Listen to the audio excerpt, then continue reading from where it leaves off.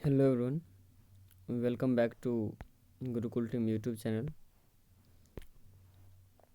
आप सभी का गुरुकुल टीम यूट्यूब चैनल पर स्वागत करता हूं। मेरा नाम है सत्येंद्र और आज हम देखने वाले हैं जो भी लाइट चैप्टर, जो प्रकाश के जो जितने भी क्वेश्चंस पीछे बचा हुआ था, और ये उन सभी बच्चों के लिए बहुत ज़्यादा ज़रूरी हो जाता है जिन बच्चों ने अभी भी एनटीपीसी की तैयारी कर रहे हैं, और साथ ही जो ग्रुप डी या रेलवे की या फिर एसएससी की कोई भी क्वेश्चन जो अटेम्प्ट करना चाहते हैं, उन सभी बच्चों के लिए बहुत ही इम्पोर्टेंट होने वाली है। साथ ही साथ मैं बता दूं कि ये उन बच्चों के लिए भी बहुत ही इम्पोर्टेंट होने वाली है जिन बच्चों ने क्लास 10th एवं 12th के एग्ज़ाम के लिए प्रिपरेशन कर रहे हैं, क्योंकि उन सभी बच्चों के लिए ये क्वेश्चंस बहुत ही ज़्यादा ज़रूरी हो जाता है।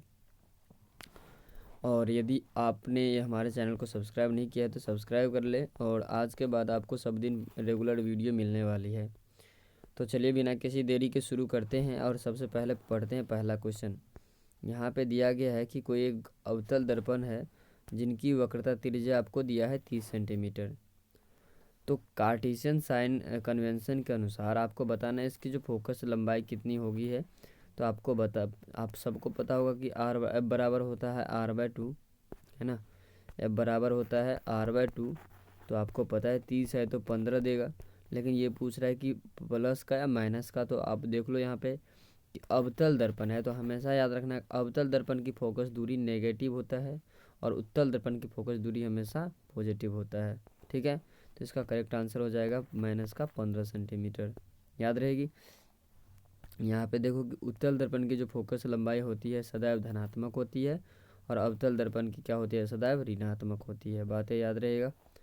अगला क्वेश्चन की ओर बढ़ेंगे। कह रहा है कि उत्तल दर्पण का प्रयोग किस में किया जाता है, वाहनों में रिव्यू मिरर के रूप में, या शीशे की खिड़कियों में, मेकअप दर्पण में, या कैलेडोस्कोप में।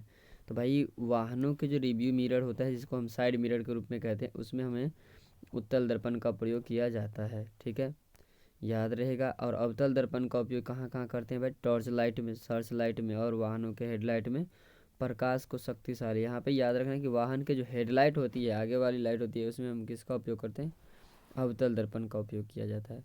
उत्तल दर्पण का चिकित्सक कान के रूप में, नाक के रूप में, और गले में, गले की जो आंतरिक भाग को यदि देखने के लिए होता है तो उसमें हम किसका उपयोग करते हैं, उत्तल दर्पण का। अगली क्वेश्चन है कि गोलाकार दर्पण की जो वक्रता का केंद्र होता है वो कैसा होता है। गोलाकार दर्पण की वक्रता का केंद्र मतलब वक्रता केंद्र क्या करते हैं, क्या संबंध है। तो भाई आप देख लेना यहाँ पे कि यह जो है उस खोखले गेंद का केंद्र होता है जिसका गोलाकार दर्पण का एक भाग होता है। मतलब ये यदि ये गोला है तो इसका एक केंद्र होता है ना, तो ये वाला जो केंद्र है इस केंद्र को हम क्या बोलते हैं, वक्रता केंद्र। ठीक, अगले क्वेश्चन की ओर बढ़ेंगे और कह रहा है जिस बिंदु पर हम्म, सभी किरणें मिलती है को क्या कहते हैं। तो जिस बिंदु पर सभी किरणें मिलती है उसे फोकस कहा जाता है। याद रहेगा। अगले क्वेश्चन की ओर बढ़ेंगे और ये रहा आपका अगला क्वेश्चन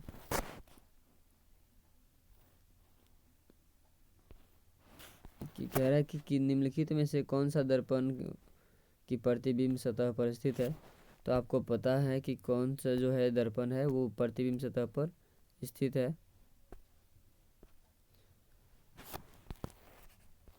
तो यहाँ पे इसका करेक्ट आंसर हो जाएगा पोल। जो ध्रुव होता है, पोल को हिंदी में ध्रुव कहते हैं, ध्रुव। तो ध्रुव पर होता है, प्रतिबिंब की सतह पर स्थित होता है। ठीक है, अगले क्वेश्चन को बढ़ेंगे। ये रहा कि कौन सा संबंध सही है। तो एफ बराबर r/2 होता है ना। एफ बराबर r/2। एफ बराबर क्या होगा भाई, r/2 या r बराबर 2f होता है। इसका करेक्ट आंसर हो जाएगा सी नंबर, ऑप्शन हमारा करेक्ट है। तो किसी गोलीय दर्पण की फोकस दूरी क्या होती है। तो इनकी वक्रता त्रिज्या की आधी होती है, अभी अभी हमने पढ़ा है ना। यदि कोई वस्तु 5 सेंटीमीटर वक्रता त्रिज्या वाले उत्तल दर्पण से 10 सेंटीमीटर दूर रखी है तो इसका आवर्धन क्या होगा। तो आवर्धन जो होती है एम बराबर -v/u होती है ना। या इसको आप यदि देखना चाहेंगे तो यहाँ पे देख लो, एफ का मान निकल गया। तो एफ का मान, आर का मान दिया तो एफ का मान निकल जाएगा 2.5। उसके बाद यू दिया है 10, तो वी हमें निकालना पड़ेगा। तो यहाँ पे देखो यदि आप वी निकालेंगे तो कितना आ जाएगा, वी आएगा 10/3। तो आवर्धन v/u होता है, तो क्या हो जाएगा 10/10 से 10 चला गया 0.33। इसका करेक्ट आंसर हो जाएगा। ठीक है, इसका जो करेक्ट आंसर होगा हमारा 0.3 इसका करेक्ट आंसर हो जाएगा। अगले क्वेश्चन की ओर बढ़ेंगे कि डैश को एक अभिसरण दर्पण भी कहते हैं, तो कौन सा ऐसा है जिसे अभिसरण कहते हैं? अपसरण बोलेंगे तो उत्तल और अभिसरण बोलेंगे तो अवतल, तो इसका करेक्ट आंसर हो जाएगा अवतल। और उपसरण के लिए क्या बोलेंगे हम? ठीक है, उत्तल। अगले क्वेश्चन को बढ़ेंगे कि दर्पण समीकरण से के संबंध में निम्नलिखित में कौन सा कथन सही है? तो वक्रता केंद्र ध्रुव और वक्रता त्रिज्या के समान दूरी पर होती है, या फिर सभी दूरियों को दर्पण के ध्रुव से मापा जाता है। ये बात तो सही है, सभी दूरियों को दर्पण के ध्रुव से मापा जाता है। तो इसका जो करेक्ट आंसर हो जाएगा, सभी दूरियों को किससे मापा जाता है? दर्पण के ध्रुव से। ऑप्शन नंबर 20 का करेक्ट आंसर हो जाएगा। अगला क्वेश्चन है कि एक दर्पण जिसकी फोकस लंबाई एफ है को एक द्रव में जिसकी नियतांक कितना है भाई? 4 अपवर्तनांक है 4/3 में डुबोया जाता है, तो द्रव में फोकस दर्पण की फोकस दूरी की लंबाई क्या होगी? तो द्रव में फोकस दूरी की लंबाई हो जाएगा बस 4/3 इंटू एफ, 4/3 इंटू एफ, इसका करेक्ट आंसर हो जाएगा। डैश जो है, दर्पण हमेशा वस्तु की एक ऐसी छवि निर्मित करता है जो आभासी, बड़ी और समान आकार की होती है। तो आप सबको पता है कि इस समतल दर्पण होती है जिनमें आभासी छवि और उनकी लंबाई समान होती है ना। कह रहा है कि एक वक्रीय दर्पण है जिसमें परावर्तन सतह अंदर की ओर वक्रीय होता है, तो उसे क्या कहा जाता है? तो अंदर की ओर यदि धंसा होगा, वक्रीय होगा तो यह अवतल होगा, और ऊपर उठा होगा तो ये उत्तल होगा। याद रहेगा, उत्तल मतलब उठा हुआ होना। और सर्च लाइट का परावर्तक सतह कौन सा? अभी भी हमने देखा कि सर्च लाइट का परावर्तक सतह अवतल दर्पण का बना होता है ना। देख लो, सर्च लाइट हुआ मोटर गाड़ी में, हेडलाइट में, नाई की दुकान में लगे दर्पण, आँख, कान, नाक इत्यादि के दर्पण वाले जो होती है, ये सब अवतल दर्पण इसमें प्रयोग किया जाता है।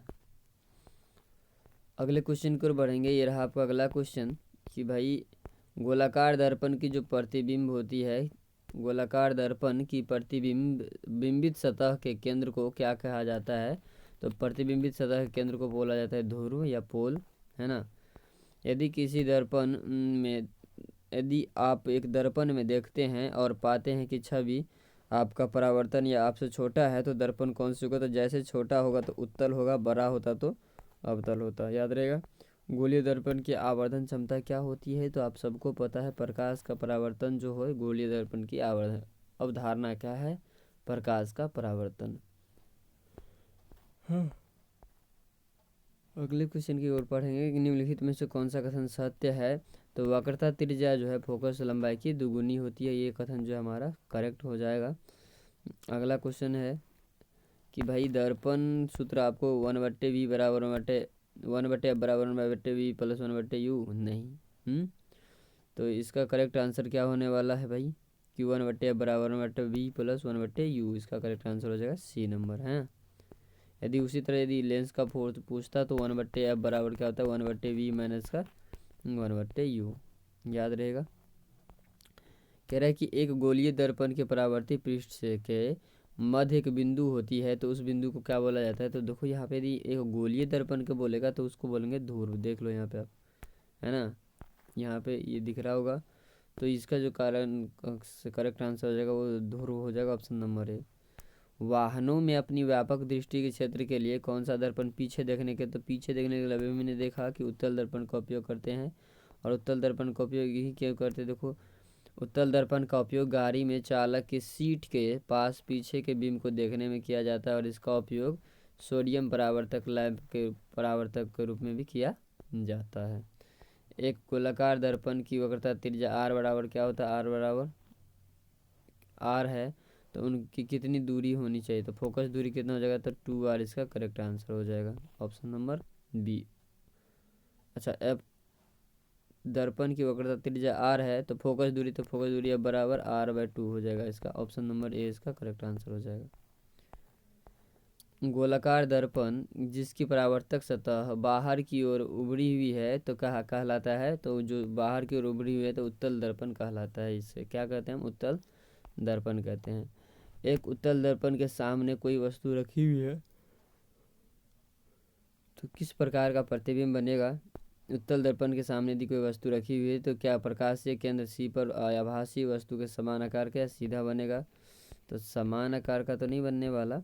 इसका जो करेक्ट आंसर है वो क्या आ जाएगा, छोटा बनेगा, है ना, छोटा बनेगा और ध्रुव और फोकस के बीच बनेगा, है ना, ध्रुव और फोकस के बीच आभासी, सीधा और छोटा, इसका करेक्ट आंसर हो जाएगा ऑप्शन नंबर बी। हाँ, देख लो आप। तो दो कंडीशन होती है जब उत्तल दर्पण में वस्तु एक तो होता है ध्रुव पी और अनंत के बीच रखते हैं तो दर्पण के जो पीछे बनता है पी और एफ के बीच, और ये छोटा होता है, आभासी और सीधा होता है। यदि एक वास्तविक वस्तु की प्रतिबिंब बनाने के लिए उत्तल दर्पण का उपयोग किया जाता है तो निम्नलिखित में कौन सा कथन गलत है। तो ये जो कथन आपका हो जाएगा कि प्रतिबिंब हमेशा वास्तविक बनेगा, ये गलत हो जाएगा। किसमें उत्तल दर्पण का उपयोग किया जाता है। तो रिव्यू मिरर में हम क्या करते हैं, पीछे के दृश्य में रिव्यू मिरर में उत्तल दर्पण का प्रयोग करते हैं। किसी गोलीय दर्पण की परावर्तक सतह का केंद्र वह बिंदु है जिसे क्या कहते हैं, हम ध्रुव कहते हैं, है ना। अगले क्वेश्चन की ओर बढ़ेंगे बाबू। ये रहा आपका अगला क्वेश्चन कि एक विमान दर्पण के लिए छवि है। तो एक विमान दर्पण के लिए छवि होता है आभासी एवं पार्श्व उल्टा। यदि किसी दर्पण की फोकस लंबाई 15+15 है तो वह कौन सी है। तो जैसे फोकस लंबाई हमने बताया था, फोकस प्लस हो तो उत्तल होगा, माइनस हो तो अवतल होने वाला है, ठीक है। यदि किसी वस्तु की फोकस पर रखने पर अभिसारी दर्पण द्वारा निर्मित प्रतिबिंब का आकार क्या होने वाला है। तो अत्यधिक क्या हो जाएगा, आवर्धित हो जाएगा, बहुत ज़्यादा बड़ा हो जाएगा। आवर्धित का मतलब बड़ा हो जाएगा। कह रहे कि यदि किसी वस्तु के एक अवतल दर्पण के सामने उसके फोकस दूरी और वक्रता केंद्र के बीच स्थित एक बिंदु पर रखा गया तो निर्मित होने वाली वस्तु की छवि कौन सी होने वाली है। तो ये करेक्ट आंसर हो जाएगा ऑप्शन नंबर सी, वास्तविक एवं उल्टी। एक वस्तु को एक उत्तल दर्पण के सामने अनंत और दर्पण के ध्रुव के बीच स्थित एक बिंदु पर रखा जाता है तो निर्मित होने वाली छवि कैसी होगी। तो कैसी होने वाली है भाई। तो यदि इस तरह का कंडीशन बनेगा तो आपका करेक्ट आंसर हो जाएगा कि निर्मित होने वाली वस्तु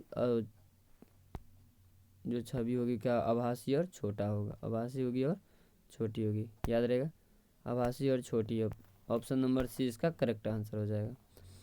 कह रहा है कि यदि अवतल दर्पण में फोकस और ध्रुव के बीच कोई वस्तु रखी गई है तो निर्मित प्रतिबिंब का प्रकार क्या होने वाला है। तो निर्मित वस्तु का प्रकार होगा आभासी। उत्तल दर्पण की फोकस लंबाई क्या होती है। तो हमेशा उत्तल दर्पण की फोकस लंबाई धनात्मक होती है, अवतल की ऋणात्मक होती है। जब किसी वस्तु को एक अवतल दर्पण के सामने अनंत पर रखा जाता है तो उसका प्रतिबिंब कहाँ बनता है। तो उसका करेक्ट आंसर हो जाएगा कि फोकस पर बनेगा, अनंत पर रखने पर फोकस पर इसकी प्रतिबिंब बनता है, याद रहेगा।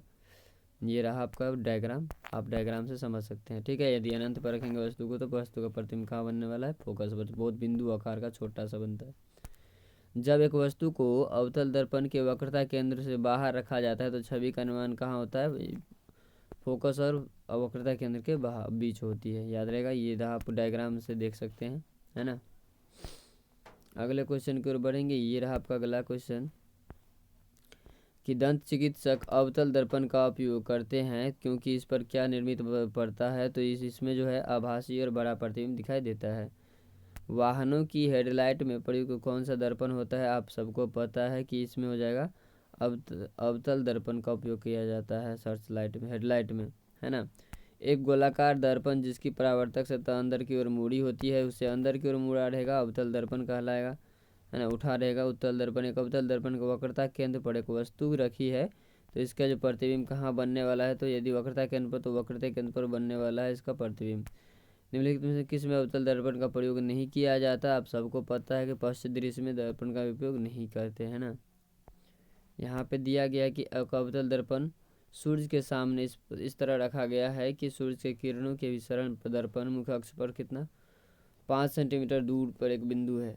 अब यदि 3 सेंटीमीटर एक मोमबत्ती दर्पण को मुख्य अक्ष से पर 10 सेंटीमीटर दूरी पर रखा जाए तो मोमबत्ती का प्रतिबिंब कितना बनने वाला है। तो इसका जो करेक्ट आंसर हो जाएगा वो क्या हो जाएगा भाई, 10 सेंटीमीटर हो जाएगा। कितना हो जाएगा, 10 सेंटीमीटर हो जाएगा। यहाँ पे इसका मतलब है दिया क्या है, फोकस दूरी दिया है -5, वस्तु दूरी दिया है -10, वी निकालना है तो 1/f बराबर 1/v + 1/u होता है। इसके प्रयोग से आप क्या निकाल लेंगे, इसका आंसर निकाल लेना है।